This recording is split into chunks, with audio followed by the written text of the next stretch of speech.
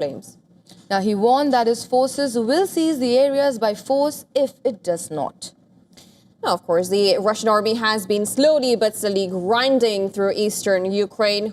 Washington has meanwhile renewed its push to end the nearly four-year war, putting forward a surprise plan that it hopes to finalize through upcoming talks with Moscow and Kyiv. Now, Russia controls around 1/5 of Ukraine's territory. The issue of occupied land, which Kyiv has said it will never cede, is among the biggest stumbling blocks in the peace process. Another important issue in the talks are Western security guarantees for Ukraine, which Kyiv says are needed to prevent Moscow from invading again in the future. The U.S. revised the original plan over the weekend following criticism from Kyiv and Europe, but has not yet released the new version.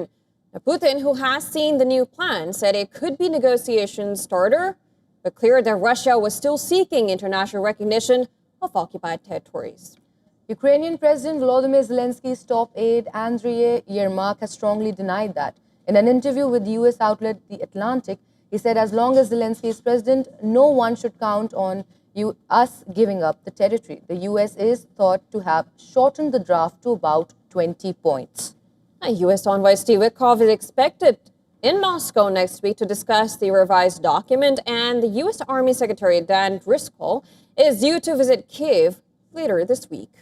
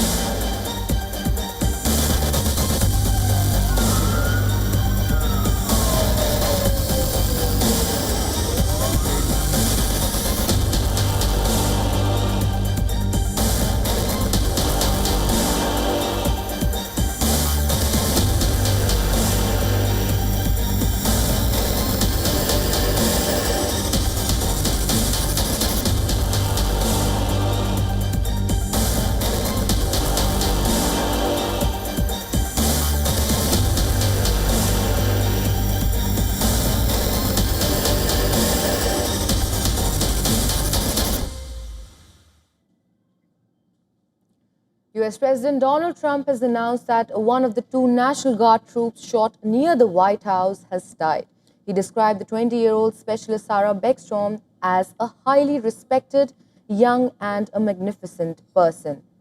Now, the second soldier, 24-year-old Staff Sergeant Andrew Wolf, remains in critical condition and, in the president's words, is fighting for his life. The two Guard members were shot on Wednesday afternoon while on patrol in an attack officials are calling brazen, targeted, an attack and an act of terror. I want to express the anguish and the horror of our entire nation at the terrorist attack yesterday in our nation's capital, in which a savage monster gunned down two service members in the West Virginia National Guard who were deployed as part of the D.C. task force, which has done such an incredible job. I mean, until yesterday, we literally had no incidents for many months. It was the safest place imaginable, and this is a different kind of crime. This is a really bad crime. The suspected gunman, identified as 29-year-old Afghan national Rehmanullah Lakhanwal, has been taken into custody. Federal authorities say Lakhanwal once served in a CIA-backed elite Afghan army unit before immigrating to the U.S. He had been living in Washington state with his wife and 5 children and recently drove across the country to the nation's capital. Officials say Lakhanwal was granted asylum in April 2025 under the Trump administration after applying during the Biden era. According to U.S. Attorney Jeanine Pirro, the suspect opened fire on a group of guardsmen with a .357 Smith & Wesson revolver just blocks away from the White House. He now faces multiple counts of assault with intent to kill and firearm charges, which could be upgraded to first-degree murder following Beckstrom's death. No motive for the attack has been released, but the FBI has launched an international terrorism investigation with the Trump administration now reviewing the immigration or residency status of individuals from 19 countries, including Afghanistan. Now, Afghan immigration processes have been altered following the shooting. It is an ongoing investigation of terrorism. Make no mistake about it. The FBI is leading out on this federal assault on a federal law enforcement officer investigation on many fronts. In the wake of this shooting, Secretary of War Pete Hegseth has ordered more than 500 more National Guard troops will be deployed in Washington.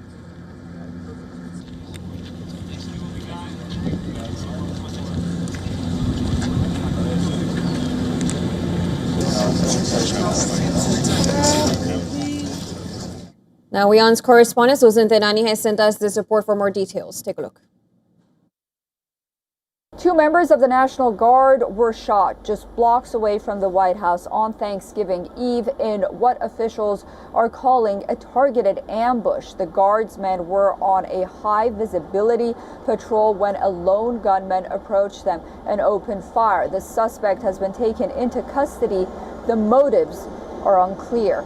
The attack triggered a brief lockdown at the White House complex and temporarily halted flights into Reagan National Airport as police secured the area. President Trump, who's in Florida, condemned the shooting, calling the suspect a quote-unquote animal, and ordered additional National Guard deployment to Washington.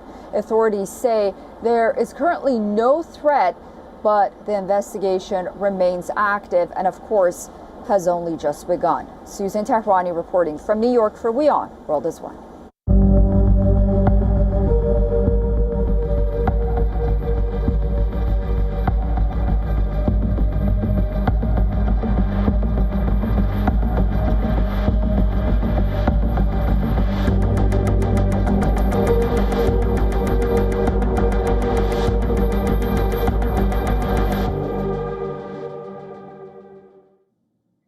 A devastating fire tore through Hong Kong high-rise residential complex, killing at least 94 people and with hundreds still missing.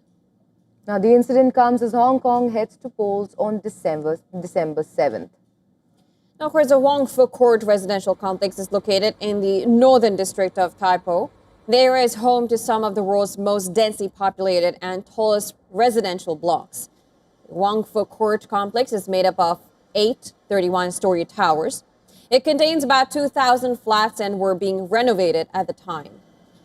About 4,800 people live there. The fire was first reported at 2:52 in the afternoon, which is 6:52 a.m. GMT. The exact cause of the fire remains unknown, but officials say it started on the external scaffolding before spreading to 7 of the 8 buildings. The fire spread quickly across bamboo scaffolding and construction netting that had been set up around the buildings. Hong Kong is one of the last places in the world where bamboo is widely used for construction. Investigators also found packaging foam at the site, which they said was highly flammable and could have contributed to the quick progression of the blaze. Investigators are already probing the installation of flammable materials during the construction on the buildings as a potential factor in the dramatic escalation of the blaze. Police have arrested 3 men from the construction company involved, accusing the firm of gross negligence. Hong Kong is one of the most densely populated places in the world. Its 7.5 million residents are squeezed into islands covered in steep hills. According to a tracker from the Council on Tall Buildings and Urban Habitat, Hong Kong has 569 buildings above 150 meters, which is the most in the world. Now, on an average, more than 7,100 people live in per square kilometer of land here.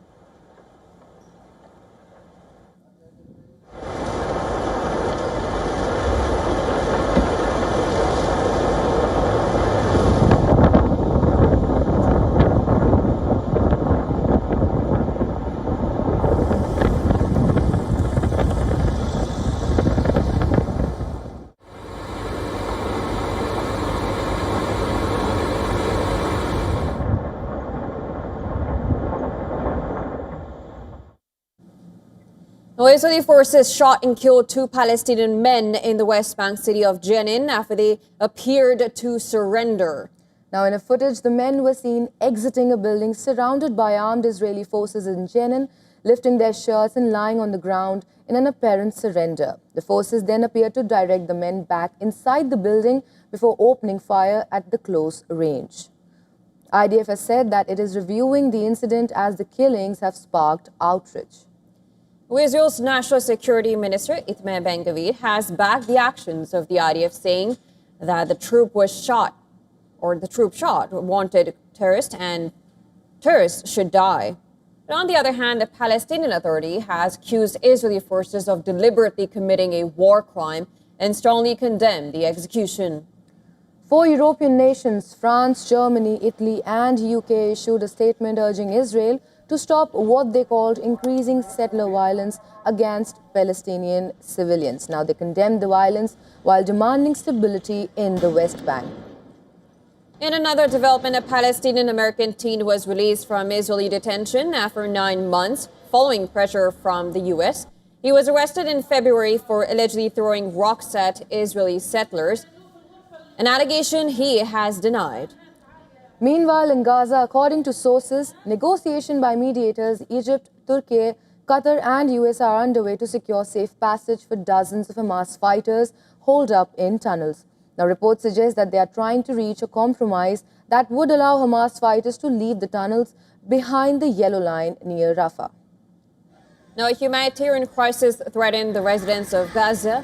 Several Palestinians have chosen to stay in their damaged homes rather than face displacement, as the ongoing conflict has left many without access to basic necessities like food, water, and shelter. Well, for some of the attorneys, restoring their homes is a slow yet steady process.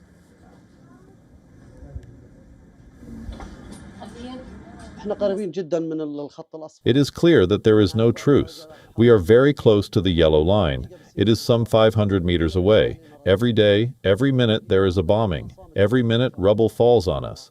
But I am steadfast in my house and I am not moving. I will not live in a tent because it is agonizing.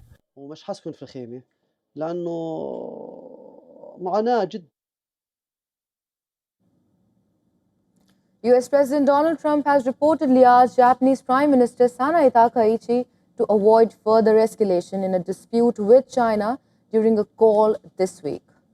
According to a report by Wall Street Journal, Trump expressed a desire for Takaichi to avoid further infuriating Beijing on a call on Tuesday. Now, Trump, who is seeking to maintain a fragile trade war truce with China, did not make any specific demands of Takaichi regarding the matter. This was reportedly the first discussion between Takaichi and Trump following a diplomatic spat between Japan and China over Taiwan. The report says Trump spoke with Takaichi after Chinese President Xi Jinping called Trump and spoke about China's historic claim to Taiwan. Now, Xi reportedly told Trump that it is the joint responsibility of Washington and Beijing to manage the world order.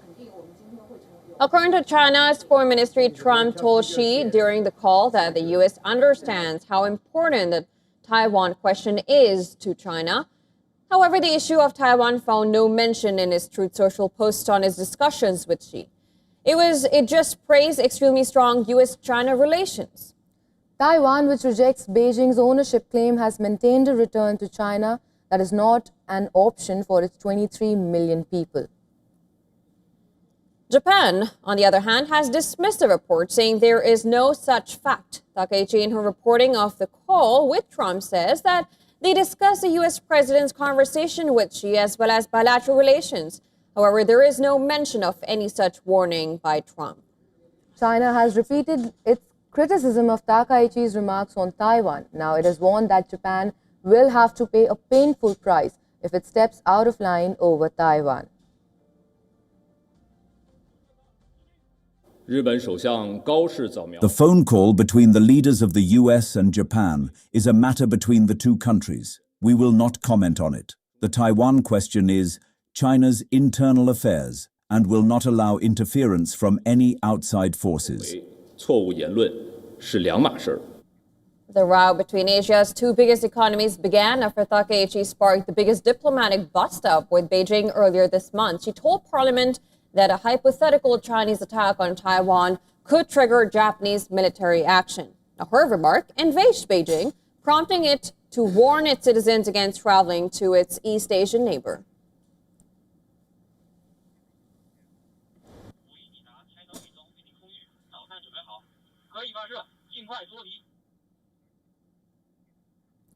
Switzerland is preparing to vote on an initiative to reform the country's military service. On November 30th, Swiss voters will choose between compulsory military service for men and compulsory civic duty for all. Well, currently all Swiss men are required to perform military or civil defense service. However, this does not apply to Swiss women. And that is exactly what the Civic Duty Initiative seeks to change in the upcoming poll. Proponents of the initiative say the current system is discriminatory. It excludes women from useful networks and experiences. Yes, I think it's good that women are subject to the same, I wouldn't say obligations, but the same constraints as men. I'm for equality. So let's start with civic service. I think it's good that all young people should dedicate a certain amount of their time to public service to participate in the life of society. But not everyone agrees. Now, opponents argue that women already dedicate 60% of their time to unpaid tasks. Asking them to provide more unpaid service will only worsen gender inequality. They already dedicate 60% of their total working time to unpaid tasks, while for men, it's exactly the opposite. 60% of their work is paid, and by asking them to perform even more unpaid work, we are further exacerbating this imbalance between men and women in terms of the work they provide for the community. In the Swiss parliament, only the Liberal Greens and the Evangelical Party are supporting the initiative. The Federal Council and the majority of Parliament has recommended rejecting it. The second item on the ballot is the demand for a new climate tax on big inheritances. The poll suggests that neither initiative is likely to pass.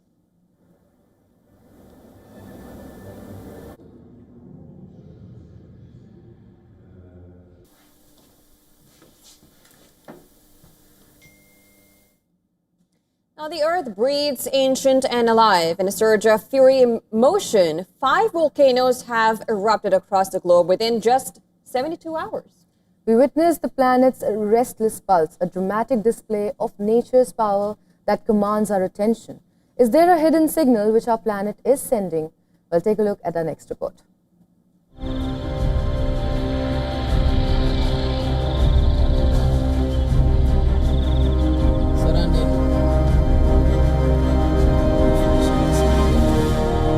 A roar breaks the silence of Ethiopia's highlands. After 12,000 silent years, Mount Haile Gubi explodes into life. Molten rock sweeps into the desert night, painting the sky in red and gold. Scientists scramble to understand why this ancient volcano suddenly stirred from its prehistoric sleep.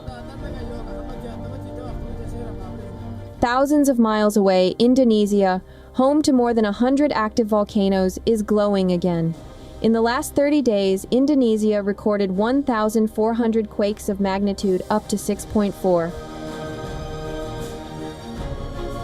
The Pacific Fire Belt ignites, Semeru rumbles, then Sanjang API bursts. Hours later, Liwatobi joins in 3 eruptions in near succession. Indonesia lies in the ring of fire where 90% of the world's quakes occur due to interactions among 15 major tectonic plates. To the north, Russia's Bezimiany roars, blasting ash 10 kilometers into the air, a vast plume drifting across Kamchatka, reaching commercial air lanes. Pilots are warned, flights are diverted. It's a display of raw geological power.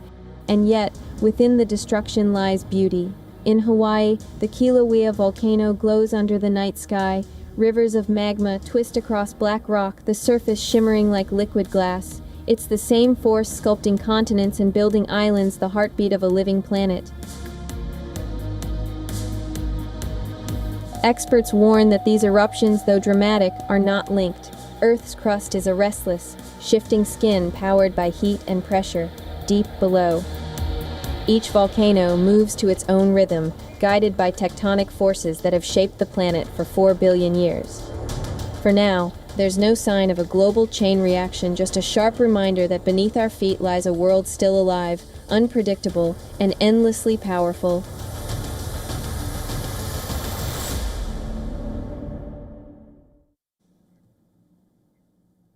With that, it's time for a short break on World DNA. Don't go anywhere. On the other side, as confusion mounts about his health conditions, the United Nations has called on Pakistani authorities to ensure the rights of imprisoned former Prime Minister Imran Khan are respected. We'll get you all the details on that story on the other side. Well, Guinea-Bissau's President Umaro Sissoko Embalo has left the country. The declaration came hours after military confirmed complete takeover of the country. Well, this and a lot more on the show.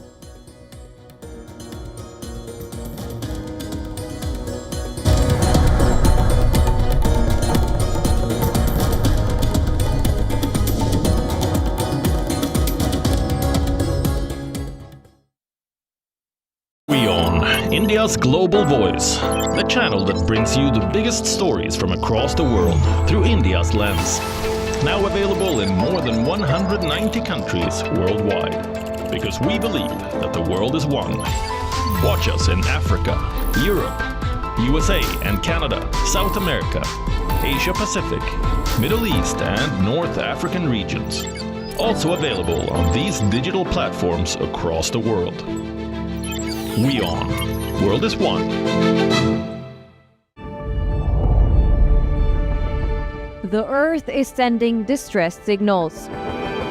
Wildfires, droughts, and melting glaciers. Can we reverse the damage? Explore the harrowing effects of climate change. It's a wake-up call. Global emergency. Climate Tracker on WION World is One.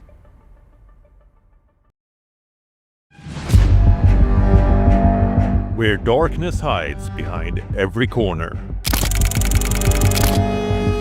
Where the truth is stranger than fiction. A show that dives deep into the stories which shock and mystify. Unsolved murders. Psychopaths who defy explanation. International war crimes. And millions swindled in financial fraud. The victims, the accused, and the sinister plot. Crime is your front row seat to darkness.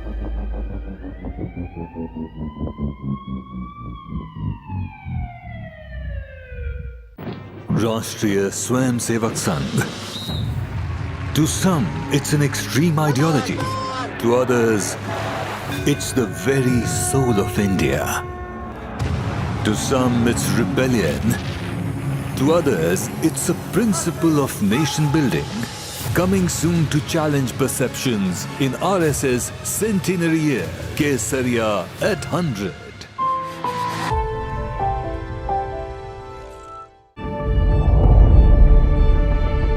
The Earth is sending distress signals. Wildfires, droughts, and melting glaciers. Can we reverse the damage? Explore the harrowing effects of climate change.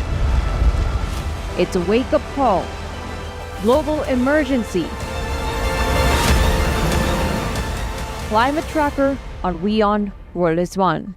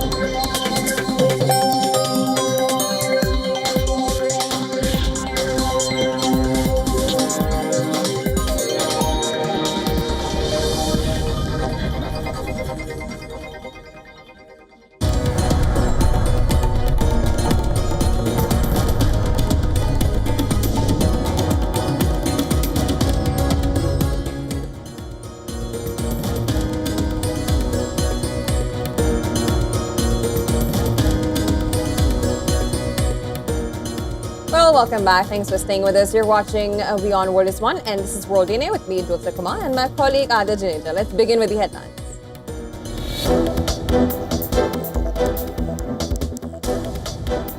Imran Khan's son accuses the Pakistan government of defying court orders by denying him access to his father, says the family currently has no proof if he is alive.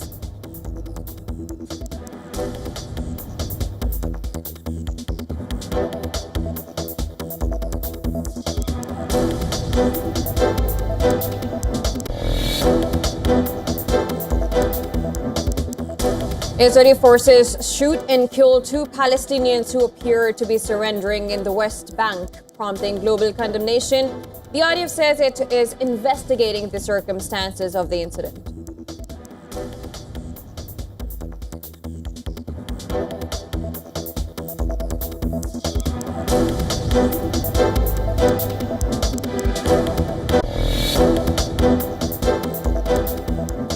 Death toll from Hong Kong's worst fire in decades rises to at least 94, with hundreds still unaccounted for as firefighters search scorched high-rises for the victims.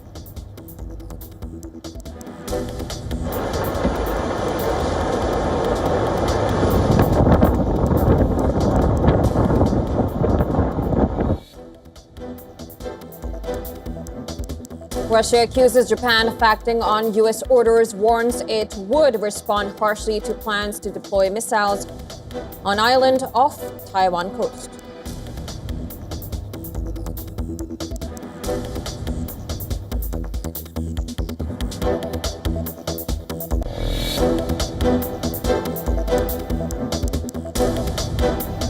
Russian President Vladimir Putin defends U.S. Special Envoy Steve Witkoff against accusations of pro-Kremlin bias, calls him an intelligent man properly representing the position of his country and leader.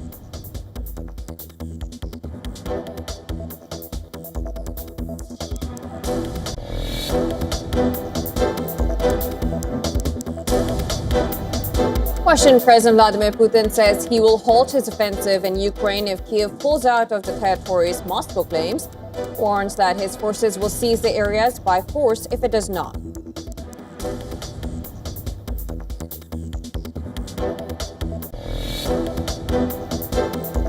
We must in no way give in to this. The future of humanity is at stake. Pope Leo laments conflicts, now warns future of humanity at stake on his first overseas trip.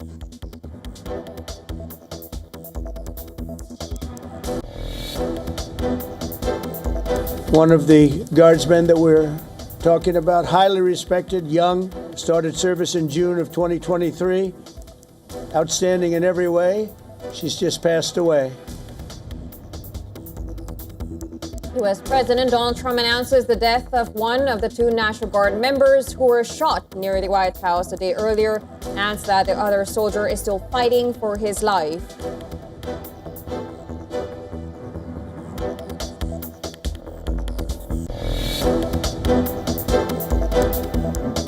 India's economy likely grew about 7.3% in the quarter of July and September, powered by strong demand and a rush to export ahead of US tariffs. Now, analysts warn growth may cool later this year, even as the RBI is expected to cut rates on the December of 5th.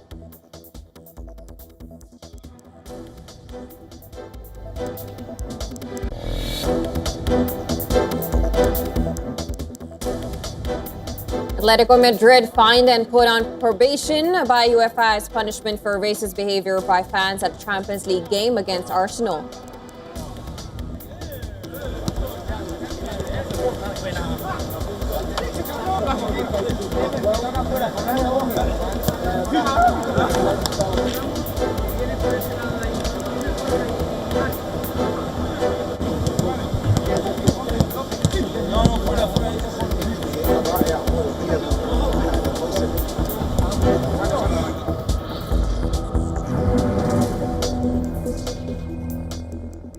Now, the United Nations has called on Pakistani authorities to ensure that the rights of imprisoned former Prime Minister Imran Khan are respected and fully upheld.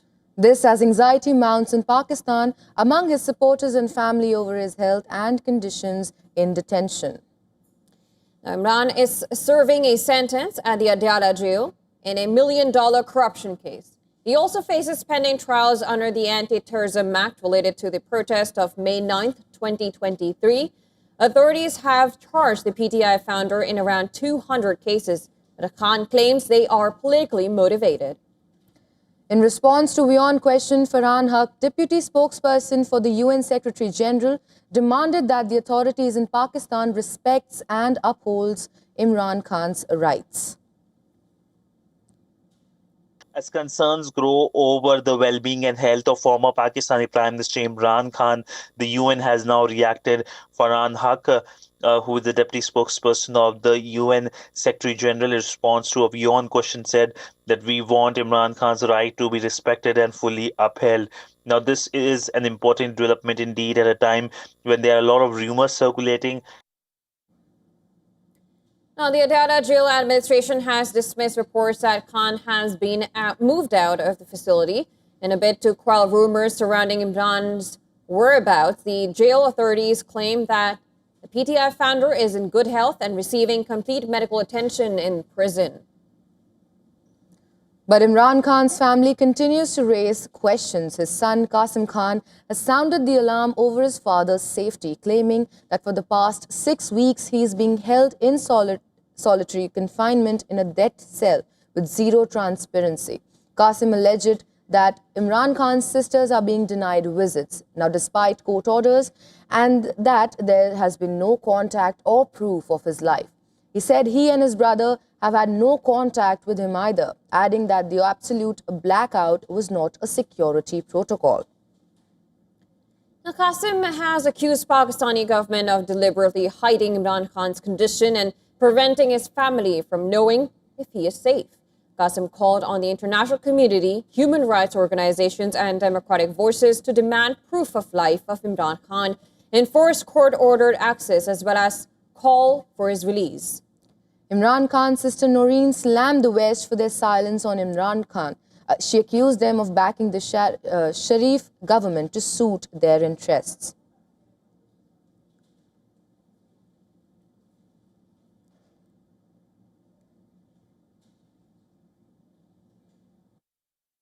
The current government lacks public support and is extremely unpopular. In contrast, Imran Khan enjoys widespread public backing, with people from all walks of life standing by him. The government's oppressive tactics have only fueled public anger and resentment. As for international intervention, I have no expectations. Western governments, particularly those in England and the US, are aware of the human rights abuses in Pakistan, yet they remain silent. It's clear they're supporting the Pakistani government, prioritizing their own interests over the welfare of the Pakistani people.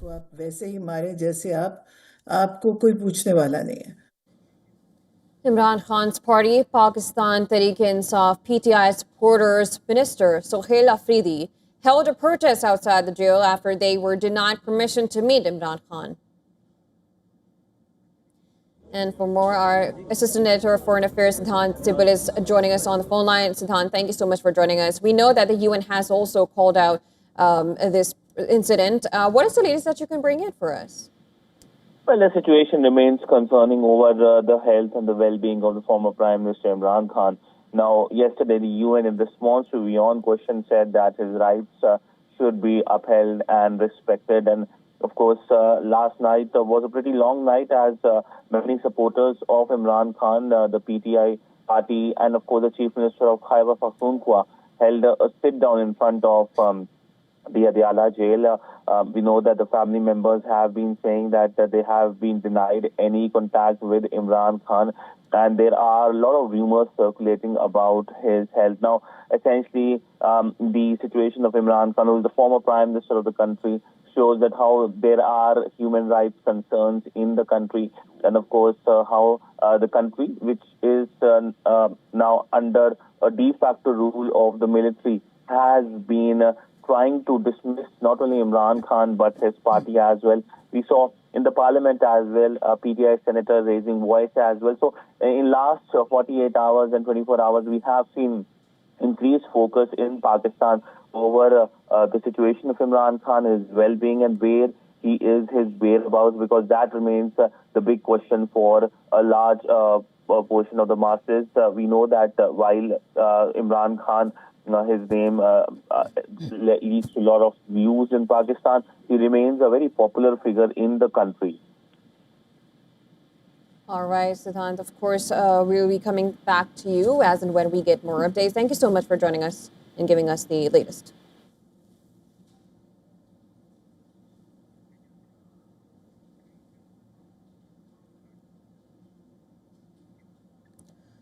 Guinea-Bissau's President Umaro Sissoko Embalo has left the country after being detained during a military coup. Now he's said to be in Senegal.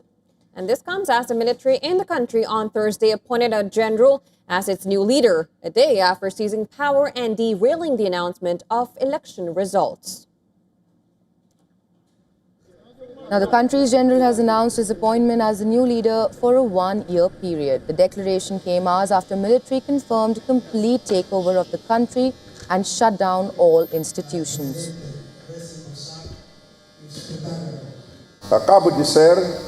I have just been sworn in as President of the High Military Command for the restoration of national security and public order. Opposition's presidential candidate had raised suspicion on the coup's timing. Fernando Dias accused the president, Umaro Sissoko Embalo, of being involved in military takeover plans and declared himself the winner of presidential elections. I simply wanted to inform you that once again we are the target of a fabricated coup attempt. I am the winner of the elections. I have polling station reports confirming my victory. I won the elections, so how could I possibly orchestrate a coup? After all, who is behind this?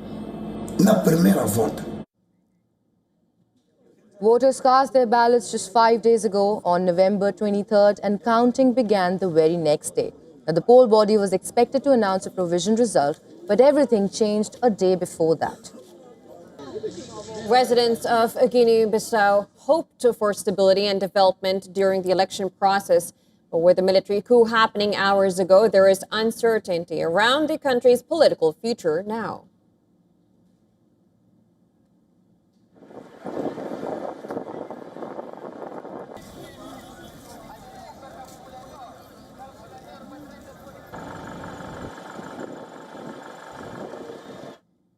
Well, beluga whales, known for their haunting calls and deep emotional bonds, are among the most intelligent social marine creatures on the planet.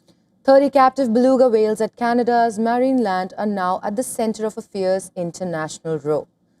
Now they are caught in the crossfire of a bitter standoff between a shuttered park, local and national governments, and animal rights activists. The Marineland near the famed Niagara Falls was once a profitable theme park. Now, the park, which closed last year, says it may have to euthanize its remaining 30 beluga whales if they don't receive emergency funding from the government. Now, Canada's Fisheries Ministry has rejected that demand, placing the 30 whales in an increasingly precarious situation. Now, the amusement park had been mired in controversy for years. As many as 20 animals, including 19 belugas, have died at Marineland since 2019. The park has said all the deaths are from natural causes, but animal welfare officials from the province of Ontario have been investigating Marineland for 5 years. Now, they have raised concerns about the park's water system that have persisted. Them is that the conditions were such that they can't, they can't have any level of adequate health in that environment. There's no escape. And so if you're in an environment that's making you sick, it can't make you better. And this is why I stress those animals need, and they needed to for over a decade now, to be removed from that water. It's what's killing them. The water's killing them. The water and the failing system.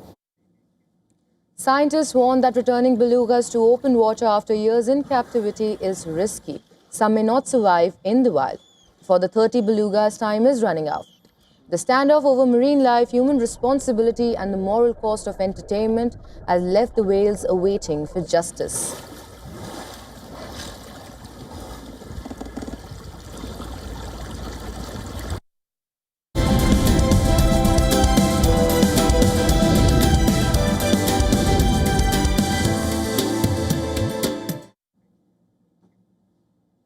Russians are having to deal with how the Ukraine war is affecting almost every part of their daily lives. The war on the edge of Europe is now in its fourth winter.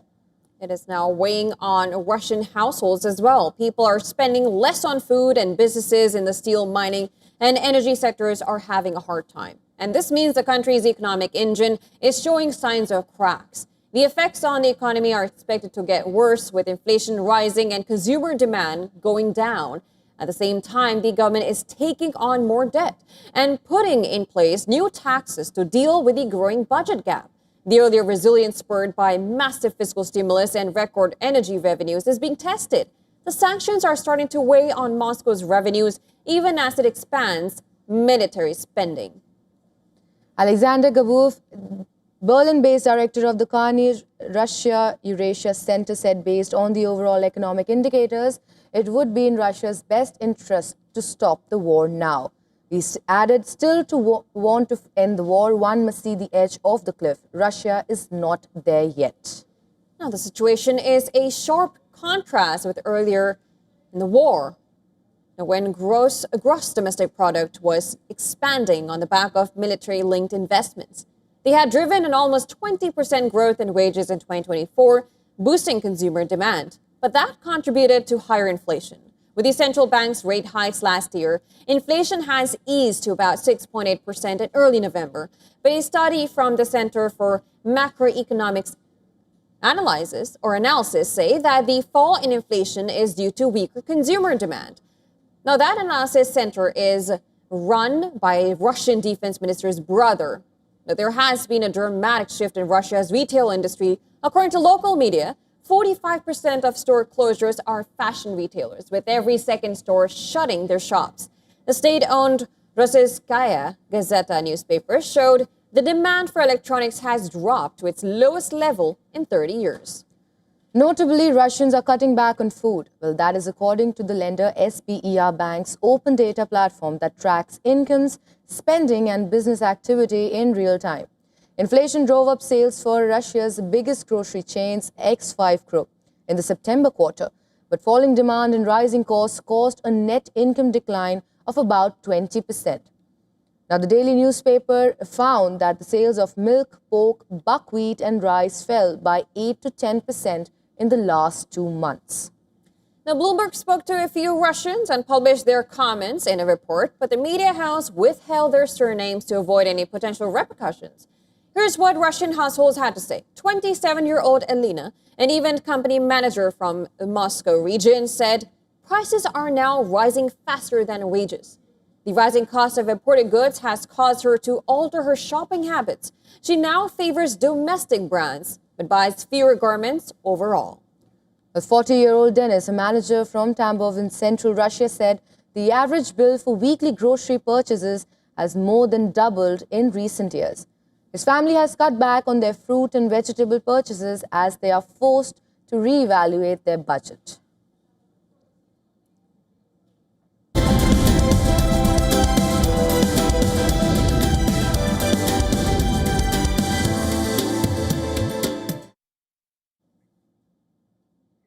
Now, France's antitrust watchdog has dismissed a competition complaint against Microsoft. After local search provider Quant accused the U.S. tech giant of abusing its dominant position. Now, the Autorité de la Concurrence said Quant failed to provide sufficient evidence to support its allegations and also rejected a request for interim measures that could have temporarily restricted Microsoft's business practices. Quant, which has long relied on Microsoft's Bing to power its search and news results, have alleged that Microsoft imposed exclusivity restrictions on search results and search advertising. The local search provider said this hampered its ability to develop its own search engine and artificial intelligence capabilities. Now, the French company also accused Microsoft of favoring its own services when allocating search advertising. The watchdog said the complaint lacked convincing supporting elements and concluded there was no basis for emergency action. Quant has said it expected the dismissal and plans to challenge the ruling in court or take its case to other authorities. In a statement, Microsoft welcomed the decision, saying it remained committed to supporting innovation and providing high-quality search services across France and Europe. Microsoft also supplies search results to other smaller European rivals, including Acacia, DuckDuckGo, and Lilo.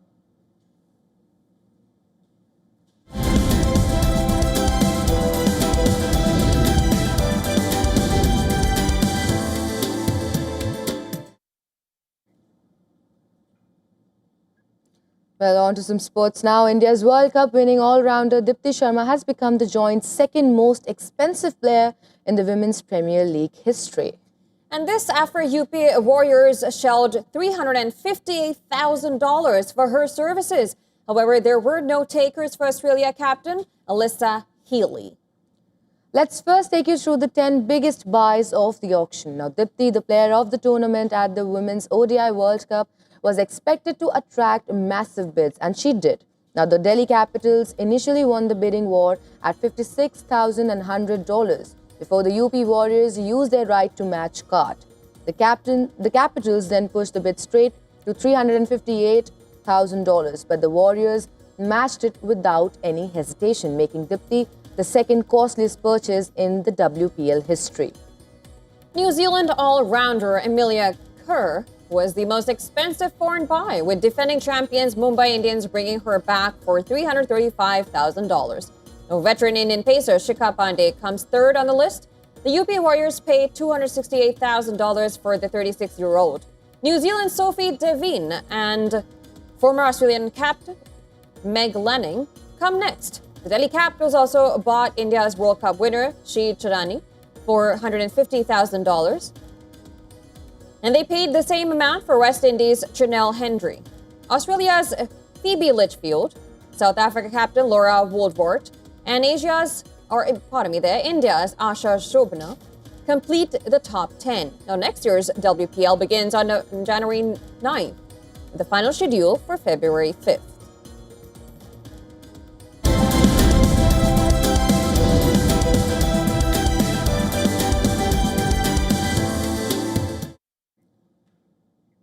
Now let's take a look at what is new in the world of entertainment.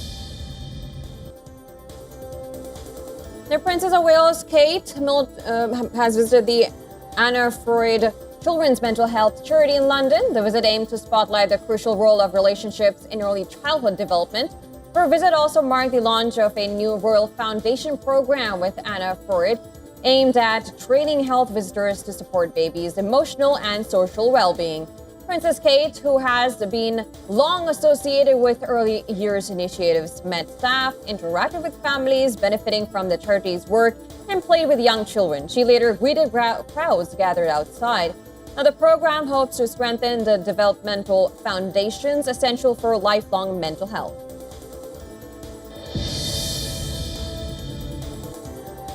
The highly anticipated premiere of Stranger Things Season 5 briefly crashed Netflix as fans rushed to stream the first 4 episodes. Now, thousands of users across the US reported outages, with some disruptions also affecting viewers in India. The platform went down shortly after the episodes released on November 26, frustrating fans who have waited 3 years for the final season. Now, Netflix restored services quickly after boosting server capacity.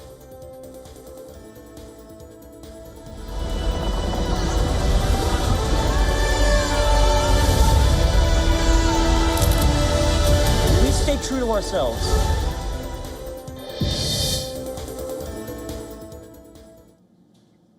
And with that, we call a wrap to World Day for today. Don't go anywhere. News and updates will follow on the other side. Now we leave you with some climate stories that have been making headlines across the world. Thanks for staying tuned.